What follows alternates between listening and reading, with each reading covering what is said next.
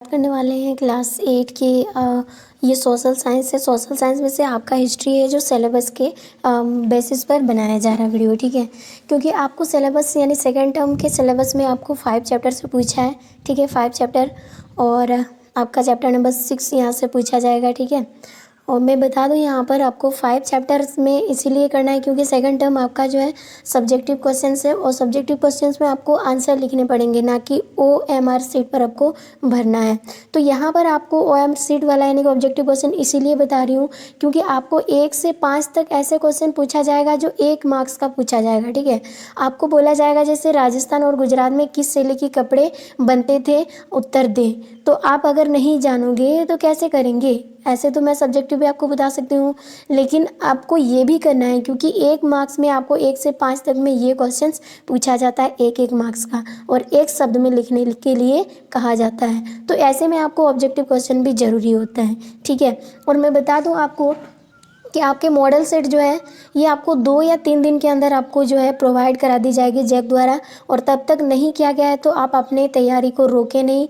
इसके लिए आपको जो इम्पोर्टेंट नोट्स है उनको करते रहिए क्योंकि आपका एग्ज़ाम के दिन जो है वो ज़्यादा नहीं है, मतलब लगभग आपको 30 दिन के अंदर जो है सारे तैयारी करनी है। तो अगर आप इन सारे क्वेश्चंस को पहले से तैयारी करते रहेंगे तो मॉडल में आपको काफ़ी आसानी जो है मतलब सॉल्व करने में आपको काफ़ी आसान होगी क्योंकि आपने तो ऑलरेडी इन सारे नोट्स को तो करते ही जा रहे हैं। जो मॉडल में आपको पूछा जाएगा बस ऐसे ही क्वेश्चंस पूछा जाएगा, यानी इसका नोट्स यानी कि यहाँ से ही क्वेश्चंस आपको पूछा जाएगा। अगर आपको ये सारी चीज़ें पहले ही कर लिए होंगे तो आपको कोई दिक्कत नहीं होगी मॉडल को सॉल्व करने में। सो गाइस चलिए हम शुरुआत करते हैं इस क्वेश्चन का आंसर, ठीक है। पहला है राजस्थान और गुजरात में किस शैली के कपड़े बनते थे।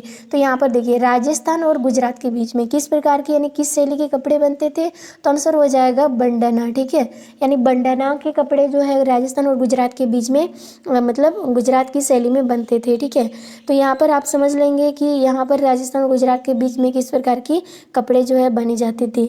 आगे है स्पेनी जेनी का आविष्कारक कौन है। देखिए स्पेनी जेनी कुछ नहीं है, एक मशीन का नाम है जो कपड़ों को एक बार में बहुत सारे बना दी जाती है, यानी कि मजदूरों की तुलना में काफ़ी ज़्यादा जो बनाया जाता था, ये एक मशीन है। तो ये स्पेनी जेनी जो है ये किसने किया था, किसने आविष्कार किया था, तो आंसर हो जाएगा ये जॉन, यानी जॉन के द्वारा आविष्कार किया गया है ये स्पेनी जेनी, ठीक है। याद रखेंगे ये मशीन का नाम है स्पेनी जेनी और किसने आविष्कार किया, तो जॉन ने, ठीक है। जॉन के द्वारा आविष्कार किया गया है। आगे है पहली सूती कपड़ा मिल कहाँ स्थापित हुई। देखिए यहाँ पर उद्योग के बारे में बात हो रही है, तो सूती कपड़ा जो है भारत के अंदर सबसे पहले कहाँ पर स्थापित किया गया था, तो आंसर हो जाएगा बम्बई के अंदर। कहाँ पर, याद रखेंगे पहली सूती कपड़े मिल कहाँ स्थापित हुई, बम्बई के अंदर, ठीक है। आगे क्वेश्चन है टिस्को में स्टील का उत्पादन किस वर्ष शुरू हुई थी, तो आंसर हो जाएगा ये आपका 1912 ईस्वी में शुरू की गई थी। आंसर आपको याद करना है क्योंकि आपको वहाँ पर ऑब्जेक्टिव नहीं मिलेगा। आप ऐसे सोच लेंगे कि यहाँ से देख लिए ना वहाँ पर मेरा आएगा, ऐसे नहीं, आपको ऑब्जेक्टिव अब नहीं देने वाला है, आपको ऑब्जेक्टिव नहीं देगा। मैं बार बार बता रही हूँ, आपको 1 मार्क्स का पूछा जाएगा और वहाँ पर आपको लिखना पड़ेगा। तो यहाँ पर याद रखना है टिस्को में स्टील का उत्पादन जो है किस वर्ष शुरू हुई थी, तो 1912 ईस्वी में, ठीक है। आगे यहाँ पर भारी अभियंत्रण यानी संयंत्र HEC की स्थापना कब की गई थी, तो HEC की जो स्थापना है ये आपको 1958 में स्थापित किया गया था। आगे क्वेश्चन से यहाँ पर भारत में पहली सूती कपड़ा मिल जो है 1854 ईस्वी में किस जगह पर स्थापित किया गया था। देखिए सबसे पहले बम्बई में, कितना साल में, 1854 ईस्वी, इसको याद रखेंगे। 1854 ईस्वी में सबसे पहले भारत के अंदर सूती मतलब कि सूती कपड़ा मिल जो है शुरू किया गया था बम्बई के अंदर, और 1854 ईस्वी को याद रखेंगे इस बात को। आगे है केलिको। देखिए केलिको एक ऐसा नियम है जो सूती कपड़े से संबंधित था और केलिको का नियम को पाबंदी लगाकर अंग्रेजों ने अपने कपड़े को ज़्यादा व्यापार करने के लिए भारतीय जो सूती कपड़े बनाते थे उनके व्यापार को ठप कर दिए थे। तो केलिको कुछ नहीं है, ये सूती कपड़े और छींट के संबंधित से यानी कि इनके अधिनियम है, यानी कि केलिको अधिनियम जो है ये किससे संबंधित है, ये सूती कपड़े और छींट के कपड़े मतलब छींट के संबंधित है। ठीक है, आगे यहाँ पर दिया स्पेनी जेनी क्या है, तो यहाँ पर देखिए अभी भी हमने जाना स्पेनी जेनी जो है ये जॉन के द्वारा मतलब स्थापित किया गया, मतलब आविष्कारक किया गया था। और यहाँ पर बोला स्पेनी जेनी क्या है, तो आंसर हो जाएगा परंपरागत तकलियों की उत्पादन बढ़ाने का मशीन है। मतलब कि जो भी चीज़ें बनाई जाती है मतलब मशीन से काफ़ी ज़्यादा उत्पादन किया जाता है, तो एक तरह से ये मशीन ही था। ठीक है, तो आंसर हमारा हो जाएगा बी नंबर। ठीक है, आगे क्वेश्चन से यहाँ पर दिया भारी अभियंत्रण यानी कि HEC झारखंड के अंदर, देखिए झारखंड के अंदर कहाँ स्थापित किया गया है, तो आंसर हो जाएगा ये रांची में। ठीक है, झारखंड के अंदर कहाँ किया है, रांची के अंदर। आगे है सूरत बंदरगाह भारत की किस तट पर स्थित है, तो मैं बता दूं सूरत बंदरगाह जो ये भारत के गुजरात जिला में है, और गुजरात जो है सबसे पश्चिम में मिलता है, तो आंसर हो जाएगा हमारा पश्चिमी तट पर। ठीक है, पश्चिमी तट पर है। आगे क्वेश्चन यहाँ पर दिया 1931 ईस्वी में भारतीय राष्ट्रीय कांग्रेस के तिरंगे झंडे के बीच वाली पट्टी में किसे जगह दी गई, यानी कि 1931 में भारतीय राष्ट्रीय कांग्रेस की जो तिरंगे थे यानी झंडा जो थे उसके बीच वाले पट्टी में, यानी ये मान लिया आपका क्या, ये क्या है, एक झंडा है और इसके बीच में 1931 में क्या दी गई, तो यहाँ पर आपको क्या, यहाँ पर क्या दिया गया, हमारा यह चरखा यानी कि जो भारत के लिए सूती कपड़े बनाए जाते थे यानी चरखा के स्थान दी गई थी। ठीक है, और आगे क्वेश्चन से यहाँ पर दिया मसलिन यानी मलमल क्या है, तो मैं बता दूं मसलिन जो है ये एक बारीक सूती कपड़ा है जो काफ़ी महंगा होता था। ठीक है, तो मसलिन क्या है, बारीक सूती कपड़ा, याद रखेंगे। यहाँ अब आपको हो सकता है खाली जगह पूछ लिया है यानी रिक्त स्थान ब्लैंक्स वाला। ठीक है, सूरत बंदरगाह किस राज्य में है, तो हमने अभी भी बताया ये किस राज्य में है, केरल राज्य में है। ठीक है, सॉरी ये गुजरात राज्य में है। ठीक है, कहाँ पर है, गुजरात में, गुजरात के अंदर आता है क्योंकि ये सबसे पश्चिमी राज्य हो गया। आगे यहाँ पर दिया है टाटा स्टील कंपनी की स्थापना कब हुई, तो टाटा स्टील कंपनी जो अभी जमशेदपुर में माना जाता है, ये इनको कब स्थापित कर गया था, तो 1907 ईस्वी को। ठीक है, आगे क्वेश्चन यहाँ पर दिया पुर्तगाल भारत में सबसे पहले कहाँ पहुँचे थे, तो आपको मालूम है कालीकाट में। ठीक है, कालीकाट में जो सबसे पहले पुर्तगाल यानी वास्को डी गामा जो है कालीकाट में आए थे। ठीक है, एंड आगे क्वेश्चन से यहाँ पर हमें दिया है कि जामदानी एक तरह का डैश होता है, क्या होता है जामदानी एक तरह का, तो जामदानी एक तरह का क्या है, बारीक मलमल है, बारीक मलमल, याद रखेंगे। ठीक है, जामदानी क्या है, एक तरह का बारीक मलमल है। आगे क्वेश्चन से यहाँ पर दिया है टीपू सुल्तान की तलवार, यहाँ पर डैश है, नमक स्टील से बनी थी, किस नमक स्टील से बनी थी, तो आंसर हो जाएगा ये वुटाइज नमक स्टील से बनी थी टीपू सुल्तान की तलवार। ठीक है, तो यहाँ तक हमने 1 नंबर का क्वेश्चन जो है जो आपको 1 से 5 तक पूछा जाएगा इनमें से हमने बता दिया। अब देखिए आपको 2 नंबर में किस तरह के क्वेश्चन पूछे जाते हैं। 2 नंबर में आपको अति यानी लघु उत्तरीय प्रश्न उत्तर आपको करने होंगे। ठीक है, तो जैसे यहाँ पर दिया 18वीं शताब्दी में भारत में बुनाई के सबसे प्रमुख केंद्र क्या थे, तो 18वीं शताब्दी में जो भारत में जो बुनाई के सबसे प्रमुख केंद्र थे वो है पूर्वी बंगाल यानी कि बांग्लादेश अभी जो स्थित है, और बांग्लादेश की राजधानी कहाँ है, ढाका, तो यहाँ पर स्थित था सबसे पहले प्रमुख केंद्र। ठीक है, फिर 18वीं सदी में सबसे महत्वपूर्ण कपड़ा उत्पादन केंद्र बन चुका था यानी बना था कहाँ, बांग्लादेश, जो जिसकी राजधानी अभी ढाका है। ठीक है, अब यहाँ पर और वहाँ की प्रधानमंत्री है शेख हसीना। ठीक है, अभी वर्तमान में। आगे ये शहर सबसे मतलब कि ये शहर अपनी मलमल और जमदानी बुनाई के लिए दूर दूर तक प्रसिद्ध था, यानी बारीक सूती कपड़े से जो है ये शहर जो बारीक सूती कपड़े से इतने ज़्यादा फेमस थे कि पूरे दूर दूर तक इनकी चर्चाएं होती थी। आगे है भारत के दक्षिण भाग में मद्रास, देखिए भारत के दक्षिण भाग में जो मद्रास है आंध्र प्रदेश तक फैले कोरनमंडल तट तक साथ साथ और भी सूती कपड़ा बुनाई केंद्र स्थित थे। पश्चिम तट पर मुख्य बुनाई केंद्र गुजरात में स्थित है। देखिए सबसे प्रसिद्ध तो आपका ढाका हो गया यानी कि बांग्लादेश, उसके बाद आपका मद्रास हो गया। दक्षिण भाग में देखेंगे तो मतलब उत्तरी आंध्र प्रदेश तक फैला कोरनमंडल तट के साथ साथ और भी सूती कपड़ा बुनाई केंद्र स्थित था, और पश्चिम तट में मैं बात करूँ यहाँ गुजरात के अंदर स्थित था। ठीक है, आगे 2 नंबर क्वेश्चन क्या है, यूरोप में किस तरह के कपड़ों की भारी मांग थी। देखिए यूरोप में सबसे ज़्यादा जो कपड़े जो है ना वो किस प्रकार की मांग होती थी, यानी किस प्रकार की मांग जो है यानी सबसे ज़्यादा होती थी, तो आंसर हो जाएगा यूरोप में भारतीय कपड़े, विशेषकर सूती कपड़ों जो बुनकरों द्वारा निर्मित होते हैं, बिना मशीन वाला जो हाथों से बनाया जाता है, भारी मांग थी यानी काफ़ी मांग थी। ठीक है, और महंगा भी था। इन वस्त्रों में सूती वस्त्र, मसलिन, कैलिको, छींट आदि प्रमुख थे। इन वस्त्रों में से कौन कौन से वस्त्र, सूती वस्त्र, मसलिन, कैलिको और छींट, ये सबसे ज़्यादा प्रमुख था और इनकी जो है यूरोप में सबसे भारी मांग थी। ठीक है, यहाँ तक आपको समझ में आ गया। अब यहाँ पर आपको पूछा जाएगा जमदानी क्या है, ये भी आपको 2 मार्क्स में पूछा जाएगा। तो आंसर लिखेंगे जामदानी एक तरह का क्या है, मलमल होता है, यानी बारीक मलमल यानी सूती होता है, जिस पर करघे यानी क्या क्या बना होता है, जिस पर करघे सजावटी चिन्ह बुने जाते हैं, करघे सजावटी चिन्ह बुने जाते हैं, और जिसका रंग प्रायः सलेटी और सफ़ेद होता है, यानी इसका रंग कैसा होता है, सलेटी और सफ़ेद होता है। बुनाई में सूती और सोने के धागों का भी प्रयोग किया जाता है। ये बहुत ज़्यादा महंगा भी पड़ेगा। ठीक है, इसमें क्या बोला है कि एक करघे सजावटी चिन्ह बुने जाते हैं और जिसके रंग प्रायः सलेटी और सफ़ेद होता है। और इसमें छोड़िए उसको, तो छोड़िए, यहाँ पर क्या बोला है, सोने के धागों को भी प्रयोग किया जाता है, इसीलिए सबसे ज़्यादा महंगा भी है। ठीक है, आगे क्वेश्चन यहाँ पर दिया बंडना क्या है। तो यहाँ पर समझना बंडना हिंदी की बंधना शब्द से निकला है। देखिए बंडना क्या है, हिंदी की बंधना शब्द से ही निकला एक शब्द है।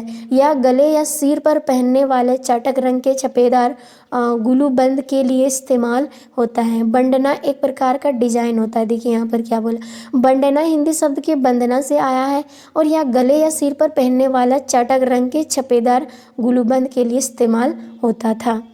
वंडना एक प्रकार का डिजाइन होता था।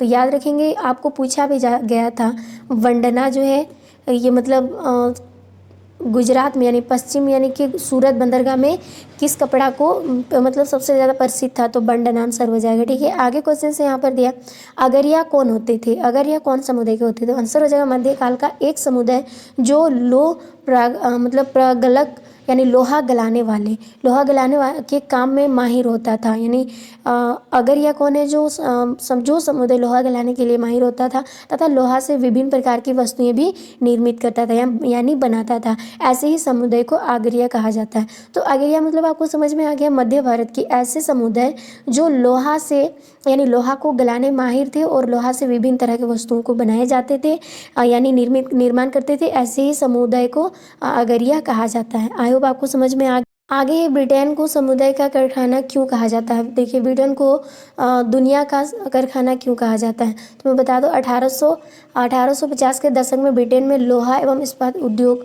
पनपने के कारण एक औद्योगिक राष्ट्र बन गया, जिससे ब्रिटेन को दुनिया का कारखाना कहा जाने लगा। कहने का मतलब ब्रिटेन को इसीलिए दुनिया का कारखाना कहा क्योंकि जब 1850 के दशक चल रहा था, यहाँ पर ब्रिटेन में लोहा एवं मतलब कि इस्पात उद्योग क्या होने लगा, पनपने लगा, यानी कि उभरने लगा, जिस कारण औद्योगिक राष्ट्र बन गया, जिस कारण एक औद्योगिक राष्ट्र बन गया, जिससे ब्रिटेन को दुनिया का कारखाना भी कहा जाता है। यही रीजन था। ठीक है, लोहा एवं इस्पात उद्योग पनपने लगा था और इसी कारण से औद्योगिक कारखाना भी बन गया यानी दुनिया का। ठीक है, आगे है पोटला यानी पोटला बुनाई क्या है, तो आंसर हो जाएगा पटोला बुनाई जो है कपड़ों पर बनाए गए जानवरों अन्य चीज़ों की आकृति है जो सूरत, अहमदाबाद और पटना आदि स्थानों में प्रचलित थी।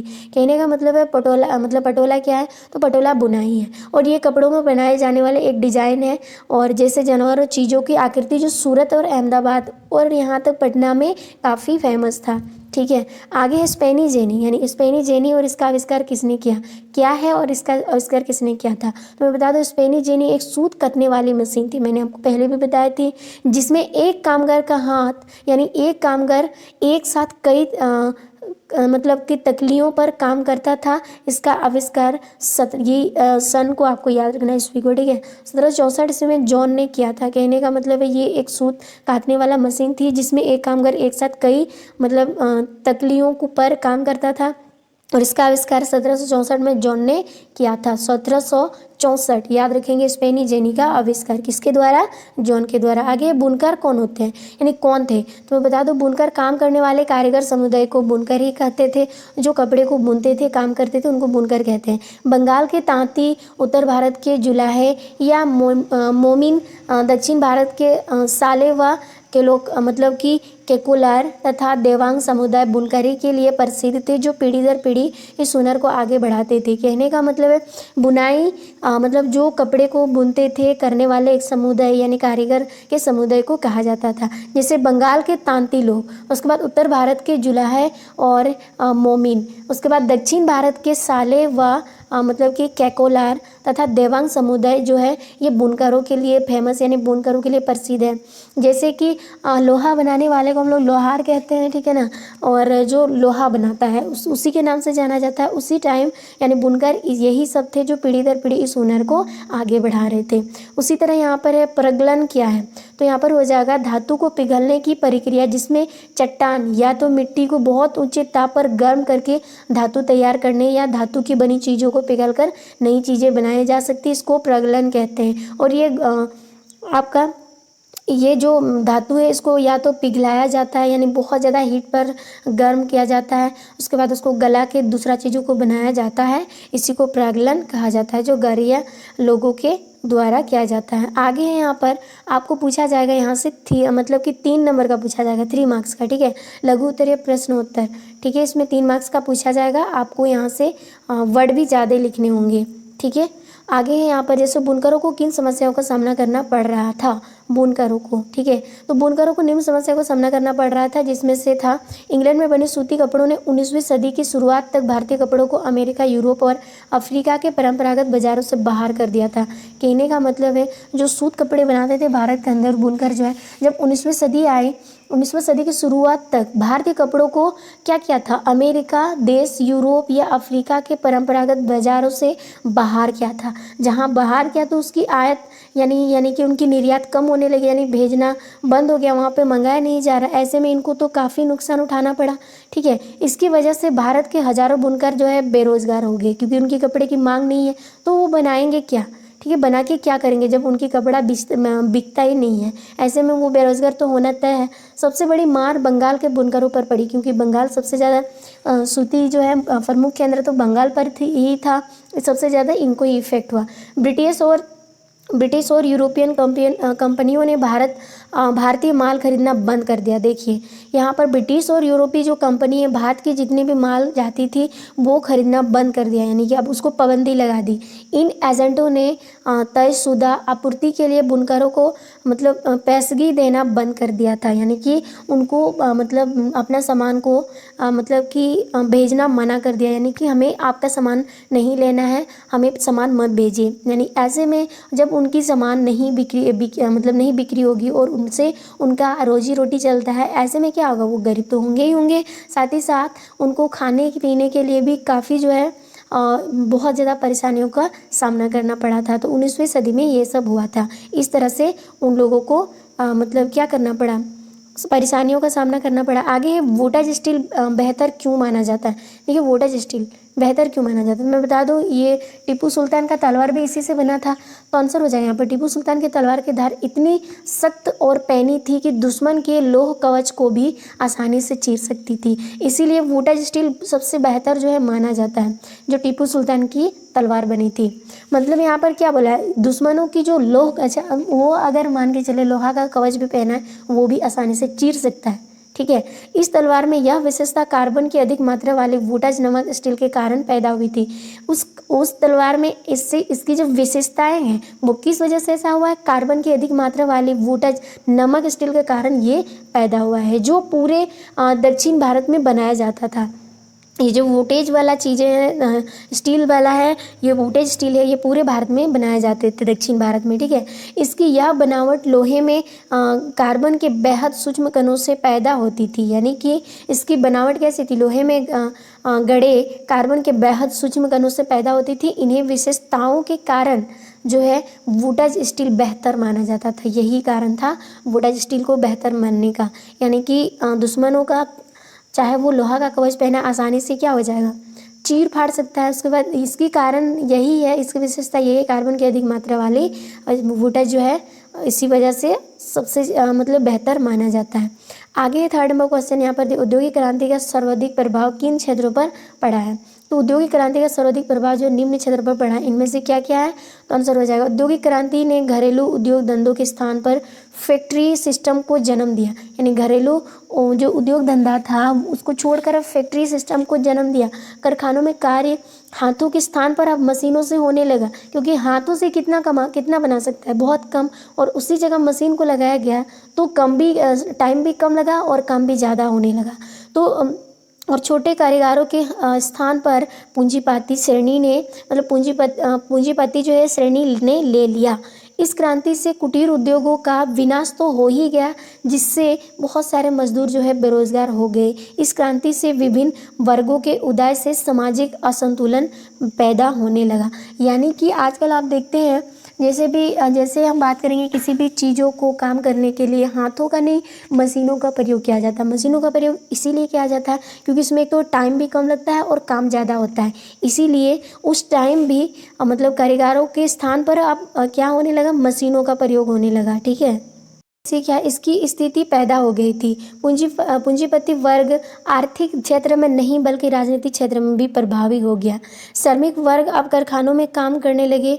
उसे कम वेतन, प्रायः 12 से 15 घंटे काम करना पड़ता था। फलतः उनका शोषण भी बढ़ गया। कहने का मतलब जब मशीन को लाया गया तो मजबूरन उसको क्या करना पड़ रहा है, उसी कारखाने में काम करने पड़ रहे हैं, वो भी कितने घंटे, 12 से 15 घंटे, और उसको वेतन भी कम मिलता है और साथ ही साथ उनको उनका शोषण भी किया जाता था। ठीक है, आप देखिए यहाँ पर आगे क्वेश्चंस क्या पूछा जा सकता है यहाँ से। जैसे यहाँ पर टिस्को की स्थापना क्यों की गई, तो यहाँ पर 19वीं सदी में भारत आमतौर पर ब्रिटेन में बने स्टील का आयात कर रहा था।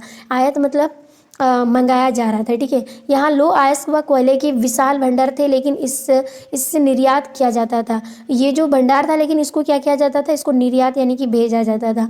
भारत में रेलवे के विस्तार से इस्पात की मांग काफ़ी बढ़ गई। जब रेलवे को मतलब रेल को विस्तार किया गया तो यहाँ पर इस्पात की मांग काफ़ी बढ़ गई। इस मांग की पूर्ति और व्यापारिक लाभ को देखते हुए टिस्को की स्थापना की गई। इसको मतलब किसकी मांग को देखते हुए, तो मतलब इसकी मांग जो है बढ़ रही है, इसको देखते हुए टिस्को की स्थापना की गई। प्रथम विश्व युद्ध के बढ़ती मांग ने इसके विकास को बल दिया, यानी इसको और मतलब विस्तार होने में इसको और ज़्यादा ताकत दे दिया, क्योंकि मांग बढ़ गई विश्व युद्ध के कारण। और इसके यानी कि इसके 90% स्टील ब्रिटिश सरकार ही खरीद लेती थी, यानी कि 90% ऐसे यानी कि स्टील है जो ब्रिटिश सरकार ही ले लेते थे, क्योंकि युद्ध में तो सबसे ज़्यादा मतलब औजार वगैरह बनाई जाती है, जिस कारण स्टील की मांग सबसे ज़्यादा बढ़ गई थी। आगे यहाँ पर 5 नंबर क्वेश्चन क्या बोला है, HEC यानी भारी अभियंत्रण संयंत्र पर टिप्पणी लिखिए, ये क्या है, तो मैं बता दूंगी ये क्या चीज़ है। तो 20वीं शताब्दी के लगभग मध्य यानी 20वीं शताब्दी के बीच में क्या हुआ, रांची के हटिया नामक स्थान में, यानी रांची में, झारखंड में तो रांची में ही था ना ये स्थान में, भारी अभियंत्रण संयंत्र की स्थापना की गई रांची के अंदर। ठीक है, वर्तमान में यह झारखंड में स्थित है। वर्तमान में कहाँ स्थित है, अभी झारखंड में स्थित है। और इसकी स्थापना जो है ये 1958 में हुई थी। इसकी स्थापना कब हुई थी, 1958 में। और यह भारत का एक सबसे बड़ा स्वामित्व मतलब कि स्वामित्व अभियंत्रण कारखाना था। यह बड़े बड़े एवं भारी पूंजीगत मशीनों का निर्माण करती थी, जिससे आपूर्ति देश एवं विदेशों तक जाती थी, यानी इसकी जो बनती है जो चीज़ें वो देश विदेशों में चली जाती थी। देश में उद्योगों के विकास के लिए आवश्यक विशाल एवं पूंजीगत उपकरण उपलब्ध कराने में इस संयंत्र का सबसे महत्वपूर्ण भूमिका जो है यानी योगदान रहा। ठीक है, तो आपको समझ में आ गया होगा यहाँ पर HEC जो है इस पर क्या टिप्पणी लिखनी चाहिए। टिप्पणी मतलब इस पर चर्चा कीजिए ये क्या चीज़ था। ठीक है, आपने देख लिया। आगे देखते हैं यहाँ पर 6 नंबर में हमें क्या बोला कि पहले विश्व युद्ध के दौरान अपने स्टील उत्पादन बढ़ाने में टिस्को को किस बात से मदद मिली, तो पहला आंसर यहाँ पर हो जाएगा, प्रथम विश्व युद्ध के दौरान ब्रिटेन में निर्मित इस्पात को युद्ध संबंधी आवश्यकताओं की पूर्ति लगा दिया, यानी कि युद्ध से संबंधित जो भी चीज़ें बनती थी, तो लोहा तो ज़्यादा ही लगेंगे ना, जो भी चीज़ मतलब युद्ध से संबंधित जो भी चीज़ें बनती हैं, जिससे भारत आने वाले ब्रिटिश स्टील की मात्रा में कमी आई। ब्रिटिश स्टील की मात्रा में क्या आई, कमी आई। भारतीय बाजार की मांग को पूरा करने हेतु यथा भारतीय रेल की पटरियों के लिए रेलवे टिस्को पर आश्रित हो गया। रेलवे टिस्को पर क्या हो गया, आश्रित हो गया। और युद्ध के अन्य सामान, रेल के पहिए एवं उन्हें लोहे के सामान टिस्को द्वारा उत्पादित किया जाने लगा। और मांग के कारण, यानी कि यहाँ पर क्या बोला, मांगों के कारण टिस्को को कारखाना विस्तारित करने में काफ़ी मदद मिली और पूरे ब्रिटिश साम्राज्य में स्टील उत्पादन में सबसे बड़ा कारखाना बन गया। ठीक है, इसी वजह से टिस्को जो है काफ़ी क्या हो गया, मतलब अपने कारखाना को विस्तार करने का मौका मिल गया। आगे 7 नंबर क्वेश्चन में बोला वोल्टाज स्टील का निर्माण कैसा होता था, यानी वोल्टाज स्टील को कैसे बनाया जाता है, तो आंसर हो जाएगा वोल्टाज स्टील मैसूर के प्रगलन भट्टियों में तैयार होता है, यानी गलाया जाता है। कहाँ पर, मैसूर के प्रगलन भट्टियों में। इन भट्टियों में लोहे को यानी काठ कोयला के साथ मिलाकर मिट्टी की छोटी छोटी हड्डियों में रखकर, यानी हंडियों में रखकर मतलब तापमान को नियंत्रित करते हुए प्रगलक इस्पात की सिल्ली तैयार करते थे। इस विधि से तैयार स्टील को ही वोल्टाज स्टील संज्ञा दी गई, यानी वोल्टाज स्टील का नाम दिया गया। ठीक है, आप देखते हैं यहाँ पर आपको दीर्घ प्रश्न उत्तर यानी 5 नंबर में किस तरह के क्वेश्चन पूछा जाएगा। तो यहाँ पर ये भारतीय कपड़े विश्व भर में क्यों प्रसिद्ध थे, तो आंसर हो जाएगा बंगाल पर अंग्रेजों की विजय से पहले यानी 1750 के आसपास भारतीय पूरी दुनिया में कपड़ा उत्पादन के क्षेत्र जो है अन्य क्षेत्र में अन्य देशों से काफ़ी आगे निकल चुका था। भारतीय कपड़े लंबे समय से अपनी गुणवत्ता और बारीक कारीगर के लिए दुनिया भर में फेमस थे। देखिए, भारतीय कभी किसी से धोखा नहीं कर सकते।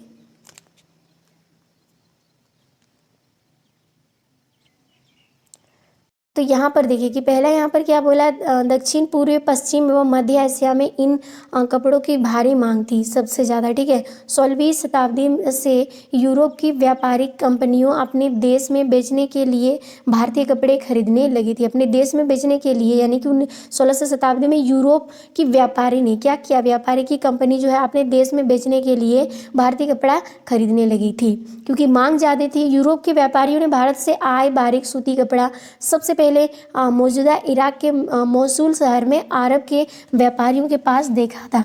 इसी आधार पर वे बारीक बुनाई वाले सभी कपड़ों को मसलिन कहने लगे और जल्द ही यह शब्द प्रचलित हो गया, यानी मसलिन जो ये बहुत जल्दी प्रसिद्ध हो गया। मसालों की तलाश में जब पुर्तगाली पहली बार भारत आए, यानी किसकी तलाश में, मसालों की तलाश में, तो उन्होंने दक्षिण पश्चिमी भारत में केरल के तट पर कालीकट में डेरा डाला। कहाँ पर, कालीकट में। यहाँ से वे मसालों के साथ साथ सूती कपड़े भी लेते गए, मसालों के साथ साथ सूती कपड़े भी साथ में लेके चले गए।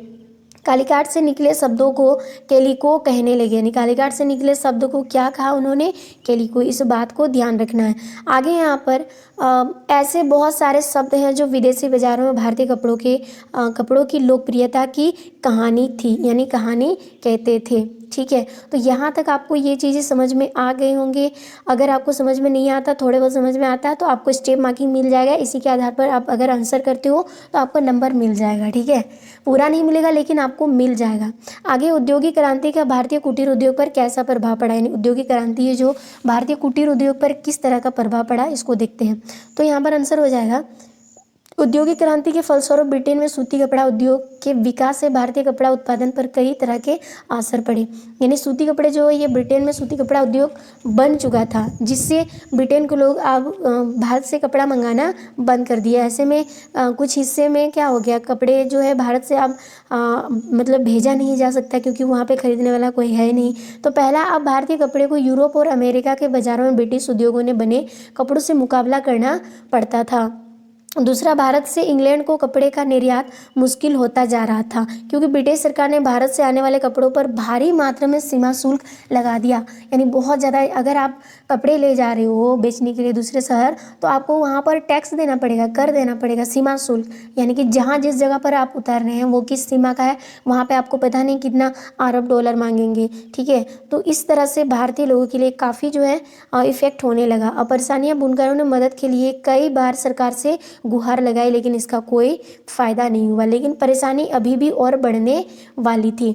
जैसे ही 1830 के दशक तक भारतीय बाजार ब्रिटेन में बने सूती कपड़ों से पट गई। इसके पश्चात 1880 के दशक तक स्थिति यह हो गई थी कि भारत के लोग जितने सूती कपड़े पहनते थे उनमें से 2/3 ब्रिटेन बनाता था। जितने कपड़े पहनते थे वो उनमें से 2/3 जो है ये ब्रिटेन बनाते थे। अब हुआ क्या, इससे न केवल बुनकरों की बल्कि सूती काटने वालों की भी हालत जो है बिल्कुल ख़राब हो गई। जो लाखों ग्रामीण महिलाएं सूत काटकर अपनी आजीविका चलाती थी, अब वो पूरी तरह से बेरोजगार हो गई। यही रीज़न था जो उनकी इफ़ेक्ट होने का। आगे है, टिस्को की स्थापना कैसे की गई थी, तो आंसर हो जाएगा यहाँ पर जमशेदी जी टाटा भारत ने बड़ा लौह एवं इस्पात कारखाना लगाने के लिए अपनी संपत्ति का बड़ा भाग खर्च करने को तैयार थे। लेकिन इसके लिए पहली शर्त यह थी कि उम्दा लौह अयस्क भंडार का पता लगा लिया जाए। यानी कि जमशेदी जिनके नाम पर टाटा पड़ा है, ठीक है, टाटा जमशेदपुर, उन्होंने जो इस्पात कारखाना लगाने के लिए अपने बड़ा हिस्सा यानी संपत्ति को खर्च करने के लिए तैयार है, लेकिन इनके लिए उनको पहले अयस्क भंडार का पता लगाना जरूरी था। आगे क्या बोला, एक दिन कई घंटों तक जंगल में खाक चलने के बाद वेल्ड और दोराबाजी का एक छोटे से गांव में जा पहुंचे, जहां उन्होंने देखा कि कुछ स्त्री पुरुष टोकरियों में भर कर लोहा अयस्क ले जा रहे थे। अब उनकी कहानी यानी जीवन बदलने वाली कहानी यहीं से शुरू हो रही है। ये आगरिया समुदाय के लोग थे। आगरिया लोग लोहा को गलाते थे और चीज़ें जो है तरह तरह के बनाते थे। जब उसने पूछा कहा गया उसने पूछा गया कि वे अयस्क कहाँ से लाए, मतलब उनसे पूछा गया ये अयस्क कहाँ से लाया गया, तो उन्होंने दूर स्थित एक पहाड़ी की तरफ उंगली उठा दी, यानी उसको इशारे से बता दी। वेल्ड और दौराबाजी घने जंगलों से होते हुए काफ़ी देर बाद उस पहाड़ी पर जा पहुँचे और पहाड़ी का अध्ययन करने के बाद वेल्ड ने बताया कि उन्हें जिस चीज़ की तलाश थी वो अब आखिर हमें मिल चुकी है। अब रजरा पहाड़ियाँ, यानी कौन सी पहाड़ियाँ, रजरा पहाड़ियाँ दुनिया की सबसे बेहतरीन लोह अयस्क भंडार में से एक थी। लेकिन यहाँ एक परेशानी भी थी। क्या परेशानी थी? यह सूखा इलाका था, यहाँ पर पानी की तो कोई संभावना है नहीं। कारखाना चलाने के लिए तो आसपास कहीं पानी ही नहीं था, और कारखाना चलाने के लिए सबसे ज़्यादा ज़रूरी होता है पानी, बस यही प्रॉब्लम थी। लिहाजा कारखाना लगाने के लिए सही जगह के बारे में टाटा की तलाश जारी रही। लेकिन आगरिया समुदाय के लोगों ने ही लोह अयस्क एक स्रोत तलाश करने में मदद की, जहाँ से बाद में भिलाई स्टील यानी भिलाई स्टील संयंत्र को अयस्क की आपूर्ति की गई। कुछ साल बाद स्वर्ण रेखा नदी के तट पर बहुत सारा जंगल साफ करके फैक्ट्री और औद्योगिक शहर बसाने के लिए जगह बनाई गई। यानी किस नदी के किनारे? स्वर्ण रेखा नदी के किनारे। इस शहर को जमशेदपुर का नाम दिया गया। इसी शहर को क्या नाम दिया गया? जमशेदपुर का शहर। इस स्थान पर लोह अयस्क भंडारों के निकट ही पानी उपलब्ध था। यहाँ टिस्को टाटा यानी Tata iron and steel company की स्थापना हुई, जिसमें 1912 से स्टील का उत्पादन होने लगा। ठीक है, अब यहाँ पर 4 नंबर क्वेश्चन है। 19वीं सदी में भारतीय लोह अयस्क जो है लोह प्रगलन उद्योग का पतन क्यों हुआ, यानी ख़त्म क्यों हुआ? ठीक है, 19वीं सदी में। तो यहाँ पर रीजन क्या हो जाएगा? 19वीं सदी में भारतीय लोह प्रगलन उद्योग के पतन के निम्नलिखित कारण थे। कौन कौन से कारण थे? तो देखते हैं। पहला कारण, क्यों गायब हुआ? तो वन कानूनों में आए बदलाव से लोह प्रगलन उद्योग में मतलब उद्योग में लगे समुदाय के रोजगार में कमी आई। जो मतलब अगर लिया मतलब कि ज़्यादा समुदाय से थे, लोह गलाने के लिए मतलब लोहा गलाने के लिए आरक्षित वनों से लकड़ी की कमी से कोयला प्राप्ति में हर्ष आया। यानी कि आरक्षित वन उसको बोलते हैं जहाँ पे किसी का हक नहीं होता है। जब तक ना बोला जाए तब तक आप उस जंगल में या वन में प्रवेश नहीं कर सकते। ऐसे में लकड़ी कहाँ से मिलेगा? जो लोहा को गला सके। ठीक है, आगे है, अगर यह समुदाय को भट्टी चलाने वन विभाग को भारी कर चुकाना पड़ता था। भट्टी चलाने के लिए वन विभाग को भारी कर जो है चुकाना पड़ता था। अब आगे है, लोह एवं इस्पात उद्योग की स्थापना से आयातित लोहे का इस्तेमाल होने लगा और स्थानीय प्रगलों को द्वारा बनाए लोहे की मांग अब धीरे धीरे क्या होने लगी? कम होने लगी, जिस वजह से अब लास्ट मोमेंट में उसको पतन कर दिया गया, यानी खत्म कर दिया गया। आगे क्वेश्चन से, भारतीय सूती कपड़ा मिलों के उदय एवं विकास पर एक संक्षिप्त टिप्पणी लिखी। यानी भारतीय सूती कपड़ा मिलों के उदय यानी जो विकसित हुआ, इस पर किस तरह से विकास हुआ, विकसित होते थे, उस पर एक टिप्पणी लिखें। तो यहाँ पर आंसर है, भारत में सूती कपड़ा मिल की स्थापना सर्वप्रथम 1854 में बम्बई में हुई थी और यह कताई मिल थी। कच्चे कपास के निर्यात के लिए बम्बई एक महत्वपूर्ण बंदरगाह था। देखिए बंदरगाह क्या होता है? जो जहाँ पर जहाज वगैरह रुकी जाती है यानी समुद्र के किनारे, उसको बंदरगाह कहते हैं। ठीक है, यहाँ कपास की खेती के लिए काली मिट्टी की विशाल पट्टी उपलब्ध थी और कपास की खेती के लिए सबसे ज़्यादा ज़रूरी होती है काली मिट्टी, और जिससे कपड़ा मिलों के लिए कच्चा माल आसानी से प्राप्त होने लगा। फिर 1990 के दशक तक क्या बोला है यहाँ पर, बम्बई में जो है 84 कपड़ा यानी मतलब 84 कपड़ा मिलों की स्थापना की गई। कपड़ा मिल इतना ज़्यादा बना दिया गया, जिसमें पारसी और गुजराती व्यापारियों ने चीज़ों मतलब चीन के साथ व्यापार कर काफ़ी धन अर्जित किया। किसके साथ? चीन। इस दौरान अहमदाबाद में भी कपड़ा मिलों की स्थापना हुई, जिस कारण मजदूरों का मतलब दस्तकारों और खेतीहार कामगारों की भी मांग जो है मतलब मांग मिलों में होने लगी, यानी मिलों में अब मांग जो है होने लगी लोगों की। ठीक है, अब यहाँ पर क्या होगा, प्रारंभिक दौरान में इन कपड़ों का कारखानों को कुछ समस्या से भी जूझना पड़ा था। देखिए कुछ भी आपको करना है, चाहे किसी भी चीज़ों को तैयारी करना है, तो पहले आपको जूझना पड़ेगा समस्या से, तब जाके आप आगे बढ़ पाएंगे। आगे ब्रिटेन से आयातित सूती कपड़ा जो सस्ते के साथ मुकाबला करना पड़ा। भारत में निर्मित कपड़े के व्यापार पर भी असर पड़ा, क्योंकि जिन देशों में निर्मित माल भेजा जाता था वहाँ के सरकारों ने आयातित वस्तुओं पर सीमा शुल्क तो लगा ही दिया, जिससे वहाँ वस्तुओं के दाम में वृद्धि हो गई। लेकिन प्रथम विश्व युद्ध के दौरान भारतीय कपड़ों की मांग वृद्धि हुई ताकि सैनिक जरूरतों को पूरा किया जा सके, अतः उत्पादन में वृद्धि की मांग भी बढ़ी। इस प्रकार भारत में कपड़ा मिलों में मतलब उत्तरोत्तर वृद्धि हुई। तो यहाँ पर मैं बता दूँ, प्रथम विश्व युद्ध में इसीलिए भारतीय कपड़ा की मांग बढ़ी, नहीं तो नहीं बढ़ती। क्यों? क्योंकि जब प्रथम विश्व युद्ध हो रहा था उस टाइम दूसरे देश ने अपने युद्ध में ध्यान लगा लिया और कपड़े जो है इसको कपड़े का उद्योग जो है इसको पूरी तरह से ढीला दे दिया, जिस कारण भारतीय लोग इसका लाभ उठाने में कामयाब हो गए और धीरे धीरे पूरा देश में विस्तार हो गया।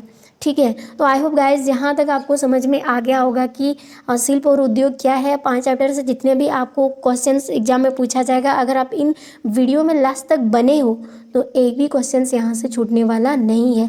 यानी कि मैं आपको बता दूँ, यहाँ से 5+ मार्क्स आप स्कोर करेंगे, 5 से 7 के बीच में यहाँ से आपको मार्क्स जो है स्कोर हो जाएगा।